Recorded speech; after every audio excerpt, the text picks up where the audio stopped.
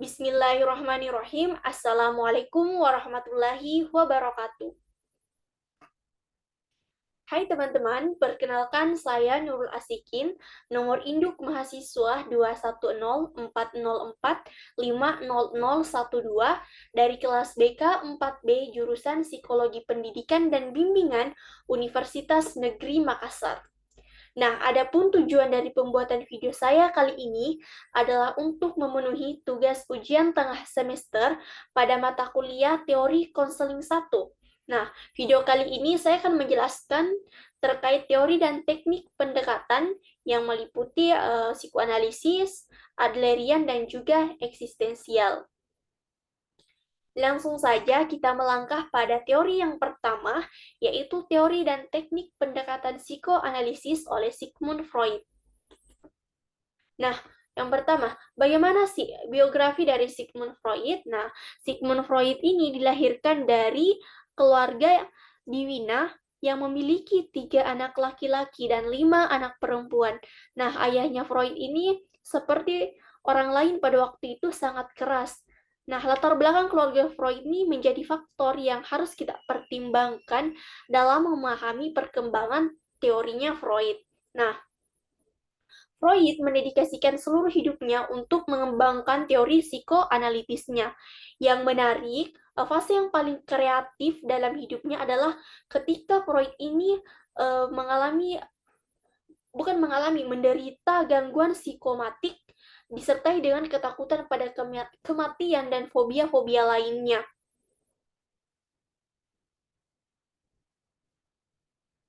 Sehingga dia harus melakukan analisa terhadap dirinya sendiri. Dengan menggali makna dari impian-impiannya, dia ini mendapatkan pemahaman ke dalam dinamika perkembangan kepribadian.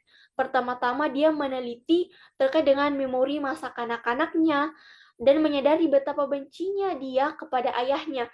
Kemudian dia juga mengingat emosi seksual di masa kanak-kanaknya untuk ibunya yang berparas menarik, penuh kasih sayang dan memiliki sifat melindungi.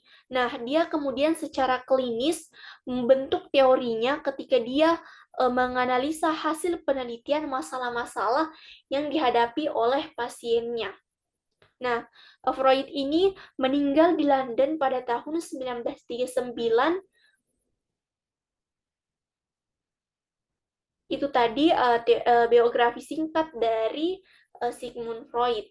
Kemudian melangkah pada bagaimana sih hakikat manusia menurut Sigmund Freud. Nah, pandangan tentang manusia itu sifatnya itu sudah ditentukan atau deterministik.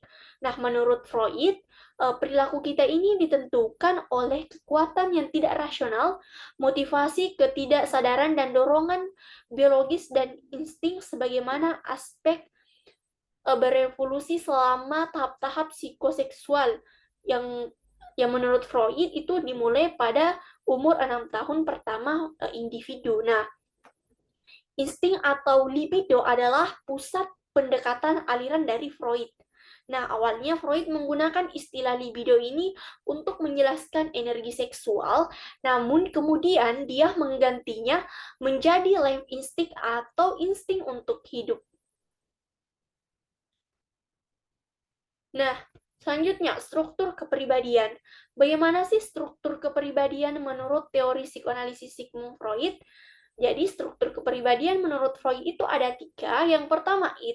Id ini merupakan energi psikis dan naluri yang menekankan manusia agar memenuhi kebutuhan dasar. Kemudian yang kedua adalah ego. Nah, ego ini terperangkap di antara 2 kekuatan yang bertentangan dan dijaga serta patuh pada prinsip realitas dengan mencoba memenuhi kesenangan individu yang dibatasi oleh realitas. Kemudian yang ketiga adalah superego. Nah, struktur yang ketiga ini mengacu pada moralitas dalam kepribadian individu. Nah, menurut teori psikoanalisis Sigmund Freud itu perilaku bermasalah yang tidak bermasalah itu dikelompokkan menjadi 2, yaitu ketika yang pertama dinamika tidak efektif antara id, superego, dan ego. Kemudian yang kedua, diperoleh melalui proses belajar sejak kecil. Nah, sepanjang hidupnya seseorang itu pada dasarnya terjadi proses dinamika antara ego dan super egonya. Karena kenapa? Sejak masa kanak-kanak itu kita selalu menekankan pengalaman-pengalaman kita itu masuk ke dalam alam bawah sadar. Nah, pada suatu saat pengalaman itu akan dimunculkan ke alam sadarnya kita, dan saat itulah penyesuaian yang salah dapat muncul pada individu. Nah, ada 5 teknik konseling pada pendekatan psikoanalisis. Yang pertama itu ada asosiasi bebas, kemudian yang kedua analisis mimpi, yang ketiga itu teknik analisis transferensi, kemudian yang keempat analisis resistensi, dan yang terakhir itu teknik interpretasi. Nah, kalau dalam lingkup pendidikan, biasanya jenis masalah yang bisa ditangani dengan menggunakan teknik dan pendekatan psikoanalisis Sigmund Freud itu yang pertama konseli yang mengalami gangguan kecemasan, kemudian yang kedua konseli yang mungkin mengalami depresi, kemudian yang ketiga konseli yang mempunyai masalah dalam hubungan interpersonalnya, yang keempat adalah agresivitas siswa, kemudian yang kelima gangguan makan, dan yang terakhir adalah konseli yang mengalami masalah seksual. Nah, itu tadi penjelasan singkat terkait dengan teori dan pendekatan psikoanalisis oleh Sigmund Freud. Melangkah pada teori yang kedua, yaitu teori dan praktik pendekatan Adlerian oleh Alfred Adler. Nah, Alfred Adler ini dilahirkan di Wina pada tanggal 7 Februari 1870 sebagai anak ketiga. Nah, ayahnya adalah seorang pengusaha, dan sewaktu kecil Adler merupakan anak yang sakit-sakitan. Adler tumbuh dalam keluarga Vienna dengan 6 anak laki-laki dan 2 gadis. Nah, saudara laki-lakinya Adler ini mati sangat muda di tempat tidur. Kemudian pada usia 4 tahun, Adler ini hampir mati juga karena terkena pneumonia. Jelas bahwa masa kanak-kanaknya Adler ini bisa dikatakan berdampak pada pembentukan teorinya. Nah, Adler ini adalah contoh dari orang yang membentuk kehidupannya sendiri sebagai kebalikan dari apa yang ditentukan oleh takdir. Nah, Adler ini meninggal pada tanggal 28 Mei 1937 karena serangan jantung. Itu tadi biografi singkat tentang Alfred Adler. Kemudian bagaimana sih hakikat manusia menurut Adler itu? Nah, fokus Adler adalah pada bagaimana sih persepsi orang-orang tentang masa lalu dan interpretasinya terhadap kejadian-kejadian awal akan terus mempengaruhinya, di mana hal ini didasarkan pada banyak latar belakang teoritis Adler bertentangan dengan Freud, di mana Adler ini kurang setuju dengan teori yang dikemukakan oleh Freud. Nah, menurut Adler, manusia itu dimotivasi terutama oleh hubungan sosial, bukannya desakan seksual. Nah, perilaku itu lebih berorientasi pada tujuan kesadaran uh, dan berfokus kepada perasaan inferioritas. Nah, prinsip-prinsip teori Adler itu ada 7, teman-teman. Yang pertama itu prinsip rendah diri, kemudian yang kedua itu prinsip superior, yang ketiga prinsip gaya hidup, yang keempat prinsip diri kreatif, kelima prinsip diri yang sadar, yang keenam prinsip tujuan semu, dan yang ketujuh prinsip minat sosial.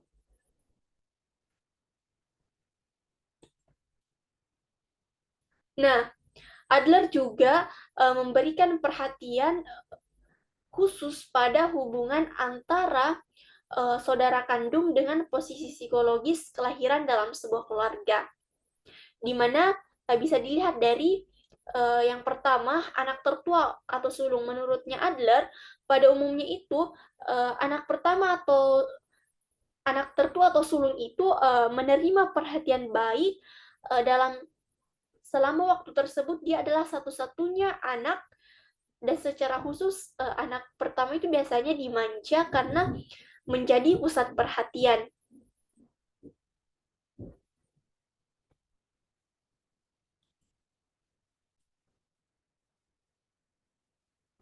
Nah, yang kedua, anak kedua adalah dalam posisi berbeda, di mana di saat dia lahir, anak kedua ini harus berbagi perhatian dengan anak lainnya karena anak kedua ini secara khusus berperilaku seperti dalam kelompok dan umumnya berada dalam kondisi ini sepanjang waktu.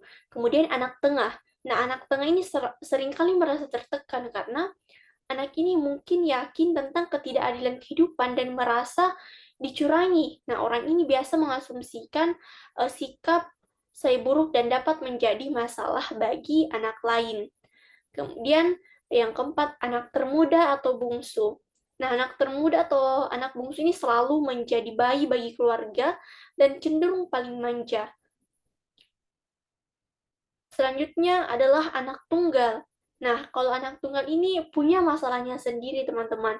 Walaupun secara realita dia tidak berbagi perhatian dengan yang lain, namun dia mungkin tidak belajar bagaimana sih cara bekerja sama dan juga berbagi dengan orang lain. Sehingga biasanya anak tunggal itu cenderung lebih ke egois karena merasa semua keinginannya itu harus terpenuhi. Nah, selanjutnya, proses dan tahapan teknik konseling Adlerian yaitu ada 4 tahapan. Yang pertama, menciptakan hubungan terapeutik yang tepat dengan konseli. Kemudian yang kedua, menggali dinamika psikologis yang tepat. Kemudian yang ketiga adalah mendorong untuk mengembangkan pemahaman diri. Dan yang terakhir, membantu konseli menentukan atau membuat pilihan baru terkait dengan hidupnya. Nah, fase ini yang menjadi ciri teori Adlerian itu ada 3 fase, yaitu fase awal, sama seperti yang saya sebutkan sebelumnya itu, membangun atau melibatkan pembentukan hubungan terapeutik. Yang kedua adalah pelaksanaan konseling, kemudian yang ketiga adalah wawasan konseling. Nah, teknik konseling pendekatan Adlerian itu ada 2. Walaupun secara spesifik tidak ada teknik konseling dari teorinya Adler, namun yang sering digunakan untuk bersanding dengan teorinya Adler itu lebih pada teknik komparatif. Nah, teknik komparatif itu dalam teknik ini konselor melakukan perbandingan dirinya dengan konseli, dan dengan empati konselor mencoba membayangkan gaya hidup dan masalah klien dalam dirinya. Kemudian yang kedua adalah teknik analisis mimpi. Nah, menurut Adler, mimpi itu merupakan refleksi gambaran tujuan hidup konseli. Nah, dengan menganalisis mimpi yang dialami oleh konseli, maka konselor dapat memperkirakan apa sih tujuan hidup dari si konselinya.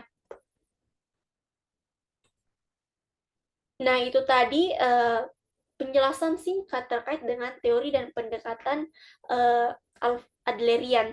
Selanjutnya kita melangkah pada teori ketiga atau teori terakhir, yaitu teori dan teknik pendekatan eksistensial oleh Viktor Frankl. Nah, biografi dari Viktor Frankl, di mana dia lahir dan dididik di Vienna. Dia mendirikan pusat penasehat pemuda di sana pada tahun 1928 dan mengarahkannya sampai tahun 1938. Nah, dari 1942 sampai dengan 1945, Frankl ini adalah narapidana dari dalam kamp konsentrasi dan Nazi di Dachau. Nah, di mana pada saat itu orang tua, saudaranya, istri, dan anak-anaknya itu mati. Nah, dia secara jelas mengingat pengalaman camp ini, tetapi dia mampu menggunakannya secara konstruktif dan tidak membiarkan persoalan ini menghalangi antusiasmenya terhadap kehidupan. Nah, Frankie ini meninggal pada 2 September tahun 1997 di Wina. Kemudian, pandangan Viktor Frankl terkait dengan hakikat manusia. Nah, pandangan eksistensial terhadap hakikat manusia itu ditangkap oleh ide bahwa signifikansi dari eksistensial kita itu tidak tetap, tetapi kita secara kontinu menciptakan ulang diri sendiri melalui proyek kita. Nah, manusia adalah keadaan transisi konstan, muncul, terlibat, dan menjadi orang mengimplikasikan bahwa kita menemukan dan membuat pemahaman terhadap eksistensi kita. Kita secara kontinu mempertanyakan diri sendiri, orang lain, dan dunia. Walaupun peraturan-peraturan spesifik yang kita sampaikan itu berbeda-beda menurut tahap perkembangan, tetapi secara keseluruhan itu sebenarnya tidak jauh berbeda.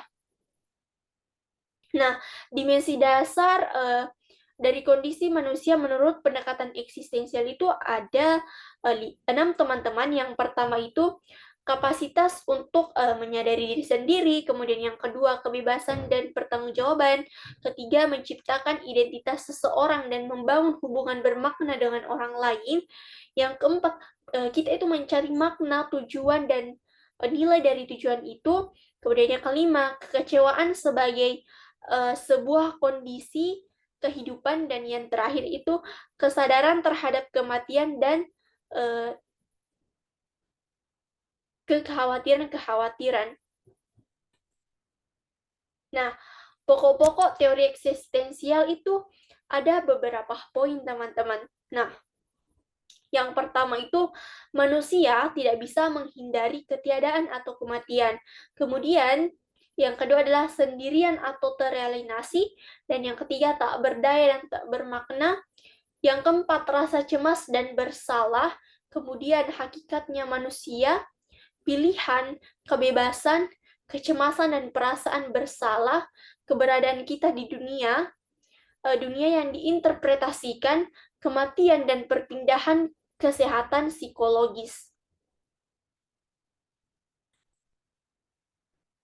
Nah, itulah tadi pemaparan materi dari saya terkait dengan teori dan teknik pendekatan psikoanalisis, pendekatan Adlerian, dan juga eksistensial. Lebih dan kurangnya mohon dimaafkan. Wabillahi taufiq wassalam. Wassalamualaikum warahmatullahi wabarakatuh.